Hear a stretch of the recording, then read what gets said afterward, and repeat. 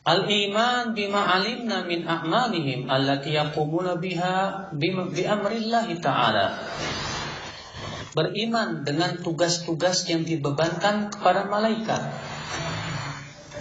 Malaikat itu, setiap malaikat punya tugas-tugas yang berbeda. Ada malaikat yang tugasnya bertasbih siang malam.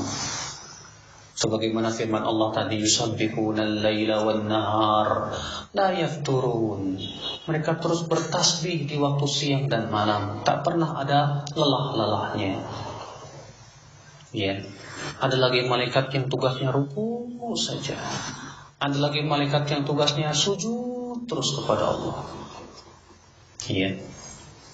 Ada lagi malaikat, kalau malaikat Jibril tugasnya apa? Menyampaikan wahyu.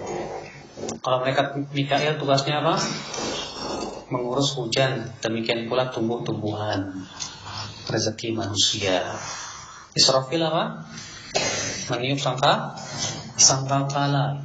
Kata Rasulullah SAW, kaifa an'am wa sahibus sur qad iltaqama as-sur wa intadhara ma ta'udhina lahu bin nafakh. Bagaimana aku merasa bahagia, bagaimana aku merasa tenang, kata Rasulullah.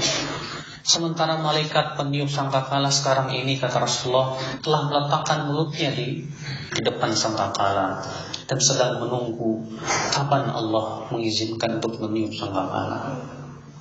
Kalau itu di zaman Rasulullah, di zaman sekarang udah siap-siap mau ditiup sangkakala. Iya.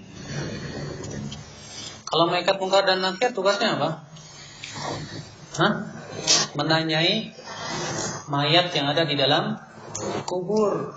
Setiap mayat yang sudah dikuburkan pasti ditanya malaikat Munkar dan Nakir. Siapa Rabbmu? Apa agamamu? Siapa nabimu? Dan subhanallah, malaikat Munkar dan Nakir itu nggak ngelihat nih orang pejabat, nih presiden, bodoh amat. Semua ditanya. Ya, yang berhasil menjawab selamat, yang tidak berhasil menjawab disiksa. Ikhwatul Islam, azakumullah. Ya. Di antara tugas malaikat apa lagi? Ada malaikat, dan subhanallah Pak, malaikat yang ditugaskan terhadap manusia saja ada beberapa. Pertama, malaikat yang mencatat amalan baik dan buruk. Yang satu mencatat amalan baik, yang satu mencatat amalan buruk. Yang kedua, malaikat yang menjaga tubuh manusia.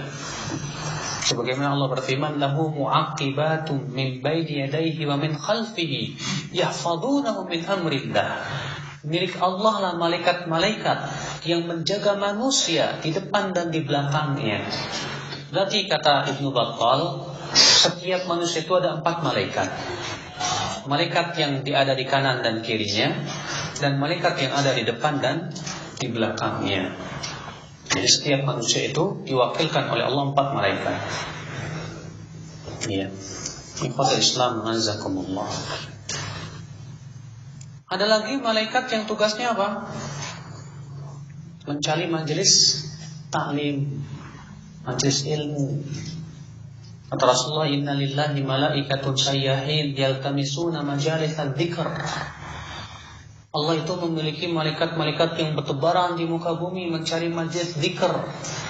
Yang dimaksud dengan majelis zikir di sini, kata Anas bin Malik, yaitu majelis ilmu. Apabila mereka telah menemukannya, mereka akan berkata kepada teman-temannya, halummu ila hajatikum, kemari, ini hajat kalian. Lalu mereka pun mengelilinginya, kata Rasulullah, terus sampai ke langit dunia. Ya, makanya majelis-majelis ilmu itu dihadiri siapa? Para malaikat. Ya. Apa lagi tugas malaikat? Banyak sekali, Bapak sekalian. Di antara tugas malaikat ada lagi yang tugasnya malaikat-malaikat rahmat yang membawa rahmat ke rumah-rumah kaum mukminin. Ya. Makanya kan disebutkan dalam hadis Nabi sallallahu alaihi wasallam, ya. Innal malaikata la tadkhulu baitan fihi kalbun wala surah. Malaikat itu tidak akan masuk ke rumah yang ada padanya apa? Anjing, tidak pula apa? Gambar-gambar bernyawa. Yang dimaksud di sini kata para ulama malaikat rahmat. Malaikat rahmat yang membawa rahmat ke rumah kita. Makanya Pak Ibu yang kita ini harusnya berusaha mengundang malaikat ke rumah kita. Jangan ngusir. Kita ini seringnya senangnya ngusir malaikat di rumah kita. Gimana? Pajang foto, pajang gambar, kadang patung-patung kecil-kecil. Akhirnya malaikat nggak mau masuk ke rumah kita. Ya, malaikat Jibril aja nggak mau masuk ke rumah Rasulullah gara-gara dalam rumah Rasul ada apa? Ada anjing. Sebutkan dalam riwayat Imam Ahmad ya, suatu ketika Rasulullah berjanji dengan malaikat Jibril akan datang malaikat Jibril di waktu malam. Malam itu Rasulullah menunggu aja, kok nggak datang-datang malaikat Jibril. Setelah di waktu subuh Rasulullah mau ke masjid, ternyata malaikat Jibril ada di luar nggak mau masuk. Apa kata malaikat Jibril? Hai Muhammad, tadi malam aku datang dan tidak ada yang bisa mencegahku kecuali di rumahmu itu, hai Muhammad. Di depan pintumu ada patung dan di dalam rumahmu ada anjing. Perintahkan patung itu supaya dicopot kepalanya dan supaya anjing itu dikeluarkan dari rumahmu. Masya Allah ya. Berapa banyak kaum muslimin yang melihara anjing Pak? Hah? Banyak kan? Banyak. Padahal kata Rasulullah, orang yang melihara anjing itu setiap harinya pahalanya berkurang 1 qirab. Udah malaikat rahmat gak mau masuk, pahalanya berkurang terus. Mending kita banyak amalan solehnya, ini jarang beramal, minus jadi itu. Ya. Ada lagi tugas malaikat apa lagi? Ada malaikat yang tugasnya mendoakan kaum mukminin di masjid. Disebutkan dalam hadis Nabi SAW riwayat Muslim ya. Fa idza dakhala al-masjid, apabila seseorang telah masuk masjid, kana fi shalah man tadhara shalah, maka dia diberikan pahala salat selama ia menunggu salat. Wal malaikatu yaqulun, sementara para malaikat mendoakan Allahumma ighfir lahu, Allahumma tub alaihi, ya Allah ampuni dosanya, ya Allah berikan taubat untuknya, Allahumma arhamhu, ya Allah rahmati dia. Itu malaikat mendoakan buat orang yang berada di masjid menunggu sholat. Ada lagi malaikat pemikul arsy, tugasnya bukan hanya sebatas memikul arsy ternyata Pak, tapi diantaranya tugasnya mendoakan orang-orang yang bertaubat. Ya.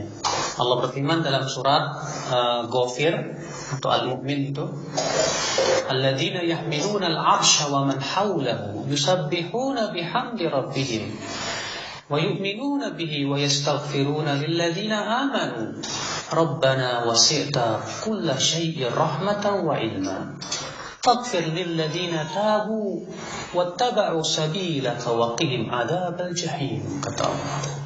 Dan malaikat-malaikat pemikul arsy dan malaikat-malaikat yang ada di sekitar arsy, mereka bertasbih memuji Rabbnya dan beriman kepadanya dan memohonkan ampunan untuk orang-orang yang beriman. Seraya mereka berucap, wahai Rabb kami, ilmu dan rahmatmu meluasi segala sesuatu, maka ampunilah dosa-dosa orang yang bertaubat di antara mereka dan selalu mengikuti jalanmu, dan pelihara mereka dari azab api neraka. Rupanya orang-orang yang beriman itu dimohonkan ampunan untuk siapa? Oleh malaikat pemikul arsy. Itu doanya malaikat pemikul arsy. Ya. Apa? Faghfir lilladzina tabu wattaba'u sabilak. Ampuni orang-orang yang taubat itu ya Allah dan selalu mengikuti jalanmu. Ya. Makanya supaya kita mendapatkan doa malaikat pemikul arsy, caranya bagaimana? Banyak-banyak bertaubat. Selalu taubat kepada Allah. Ya. Rasulullah SAW saja setiap harinya bertaubat itu 100 kali, Pak. Ya, 100 kali. Subhanallah, ikhwata Islam, azakumullah. Kemudian diantara malaikat lagi ada yang ditugaskan oleh Allah, ada apa? Kata Rasulullah, siapa yang tidur dalam keadaan bersuci, Allah akan kirimkan malaikat yang tidur bersamanya di selimutnya. Siapa yang tidur dalam keadaan bersuci, makanya ini keutamaan tidur dalam keadaan suci, berwudu. Ya terkadang kita kan malas, aduh udah ngantuk nih, wudu capek, nanti aja lah. Padahal kan keutamanya besar. Kata Rasulullah, seseorang yang tidur dalam keadaan berwudu, Allah kirimkan malaikat yang akan tidur bersamanya di selimutnya. Tidaklah ia bangun di waktu malam kecuali malaikat akan berkata, Allahumma gfirlah, ya Allah ampuni dosa orang ini, karena li'annahu bata tahira, karena ia tidur dalam keadaan suci. Bayangkan, sampai demikian malaikat itu, Allah menugaskan ada malaikat yang seperti itu, ya akhwat Islam azakumullah. Iya. Ada lagi malaikat yang tugasnya apa, Pak? Itu yang bertugas dalam janin, dalam perut ibu. Di mana malaikat itu membentuk rupa janin dari semenjak dia nutfah, kemudian berupa alaqah terus. Sebutkan dalam hadis Nabi SAW, apabila ya janin itu telah berumur 52 hari, Allah mengutus malaikat, lalu digenggamnya alaqah, segumpal darah itu oleh malaikat. Lalu kemudian malaikat ini berkata kepada Allah, ya Rabb, ini bakalan gugur apa tidak? Malaikat ini berkata lagi, ya Rabb, ini akan laki-laki atau perempuan? Iya. Kemudian malaikat itu pun, kata Rasulullah, menggambar segumpal darah itu menjadi kepala, tangan, kaki. Makanya janin itu kalau umur 2 bulan sebetulnya sudah mulai terbentuk gitu, Pak. Dan nanti ketika umur 4 bulan 10 hari, Allah kirim lagi malaikat yang menuliskan 4 perkara. Bikat rizqihi wa ajalihi wa amalihi wa syaqiyun aw sa'id. Di mana malaikat itu akan meniupkan roh padanya, kemudian menulis 4 perkara, ditulis ajalnya, amalnya, ya rezekinya, demikian pula akan bahagia atau sengsaranya, itu ditulis oleh malaikat. Iya. Itu ada malaikat yang Allah ciptakan demikian, Pak. Ikhwatul Islam azakumullah. Iya. Ada lagi malaikat yang tugasnya mengaminkan orang yang mendoakan saudaranya dari kejauhan. Ya. Kata Rasulullah, tidaklah seseorang berdoa untuk saudaranya dari kejauhan kecuali malaikat akan berkata, amin, walaka bimisalnya. Amin, kamu pun akan mendapatkan seperti apa yang kamu minta. Ada lagi malaikat, kata Rasulullah, yang tugasnya setiap pagi turun. 2 malaikat.